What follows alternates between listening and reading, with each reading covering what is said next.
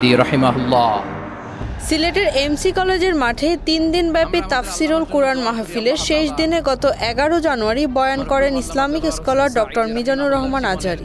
সেই মাহফিলের জন্য পার্শ্ববর্তী একটি মন্দির কাপড় দিয়ে ঢেকে দেওয়া হয়েছে বলে প্রচার করেছে ভারতীয় গণমাধ্যম নিউজ 18 বাংলা। সামাজিক যোগাযোগ মাধ্যমেও এই দাবিতে কয়েকটি ছবির প্রচার করা হয়েছে। তবে তথ্য যাচাইকারী প্রতিষ্ঠান রিউমার স্ক্যানার জানিয়েছে আলোচিত দাবিটি সঠিক নয়। প্রকৃতপক্ষে আলোচিত ছবিগুলো সিলেটের গোপাল টিলা মন্দিরের। মূলত সরস্বতীর প্রতিমা তৈরি উপলক্ষে মন্দিরটি প্লাস্টিক দিয়ে ঢেকে দেওয়া হয়েছে, যাতে করে কুয়াশায় প্রতিমাগুলো ক্ষতিগ্রস্ত না হয়। ওয়াজের 3 দিন আগ থেকেই প্লাস্টিক টাঙানো হয়েছে।